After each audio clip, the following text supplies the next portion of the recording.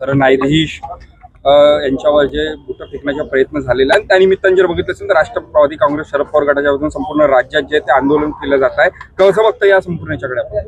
असं आहे की संविधान हा देशाचा आत्मा आहे, पण काही काही संघटना अशा आहेत की या संविधानाला मानत नाही. आणि म्हणून ज्या पद्धतीनं आपल्याला कल्पना आहे की ज्या पद्धतीनं चीफ जस्टिस ऑफ इंडिया माननीय भूषणजी गवई यांच्यावर जो एका वकिलाने बूट फेकायचा जो प्रयत्न केला, त्याच्या पाठीमागे कोणती शक्ती आहे, मनुवादी शक्ती याच्या मागे आहे, हे सर्व दिसतं इथे. आणि आपल्याला माहित आहे की न्याय व्यवस्थेचं कसं महत्व कमी करायचं असा प्रयत्न या सरकारच्या माध्यमातून चालू आहे.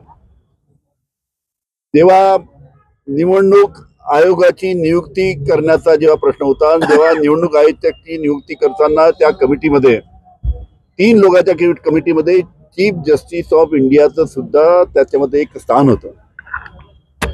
पण या सरकारने चीफ जस्टिस ऑफ इंडियाचं स्थान, चीफ जस्टिस ऑफ इंडियाचा त्या ठिकाणी त्यांची त्या कमिटीचा मेंबर जे होते ते न ठेवता त्यांनी आपल्या मंत्रिमंडळातील एका मंत्र्याचा तिथे समावेश केला. म्हणजे चीफ जस्टिस ऑफ इंडियाचं जे महत्व आहे की असा माणूस त्या ठिकाणी त्या कमिटीमध्ये जर असला तर चांगल्या पद्धतीनं निवडणूक आयोगाची नियुक्ती जर चांगल्या पद्धतीने होऊ शकते, की जो अतिशय चांगल्या पद्धतीने संपूर्ण निवडणुकीची प्रक्रिया पारदर्शकपणे पार पाडू शकेल. पण तिथून सुद्धा चीफ जस्टिस ऑफ इंडियाचं त्यांनी त्यांचं त्या कमिटीतून काढलं. त्याच्यामुळे न्याय व्यवस्थेवर या सरकारचा किती विश्वास आहे आणि म्हणून ज्या पद्धतीनं हल्ला झाला याचा सर्व देशामध्ये निषेध होत आहे. आमच्या राष्ट्रवादी काँग्रेस शरद पवार पक्षाच्या माध्यमातून सुद्धा याचा निषेध होत आहे. मनुवादी शक्तीचं हे काम आहे, त्याच्याशिवाय एवढी हिंमत कोणी करू शकत नाही. आणि म्हणून याचा आम्ही राष्ट्रवादी काँग्रेस पक्ष निषेध करतो. आणि ज्या वकिलांनी अशा पद्धतीचे कृत्य केलं त्याच्यावर तर कारवाई झालीच पाहिजे. पण गेल्या 5-6 दिवसापासून माननीय भूषणजी गवई यांच्यावर सोशल मीडियाच्या माध्यमातून ज्या पद्धतीचे हल्ले होत होते त्याची सुद्धा चौकशी झाली पाहिजे. या संदर्भात भूषण गवईवर जो हल्ला झाला भाड्याला, त्या संदर्भात भाजपने म्हटलं की याच्यामध्ये कुठल्याच राजकारण करू नये, या संदर्भात त्या विरोधकांना म्हटलंय. कसं बघताय? ठीक आहे, भारतीय जनता पार्टीने काय म्हटलं मला कल्पना, पण या संपूर्ण हल्ल्यामध्ये कुणाचा हात आहे सर्व जनतेला माहिती.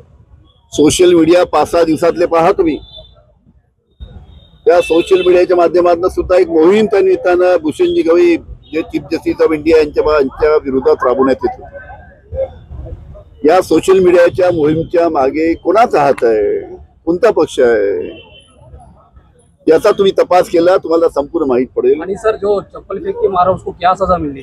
कुठेतरी चीफ जस्टिस गवईंच्या आईंना संघाच्या कार्यक्रमाचं निमंत्रण होतं आणि त्या गेल्या नव्हत्या, त्यामागचंही हे षडयंत्र असू शकतं का? काय वाटतं? एक चांगलं आहे की माननीय गवई साहेबांच्या मातोश्री ज्या आहेत त्यांना ठीक आहे RSSने निमंत्रण दिलं होतं, पण त्यांनी जाण्यासाठी नकार दिला. याचा सुद्धा राग असू शकतो, की आमच्या कार्यक्रमाला तुम्ही आल्या नाही. हा सुद्धा राग भूषण गवई साहेबांवर हल्ला करण्याच्या मागे सुद्धा असू शकतो, अशी दाट शंका मला. Okay, thank you.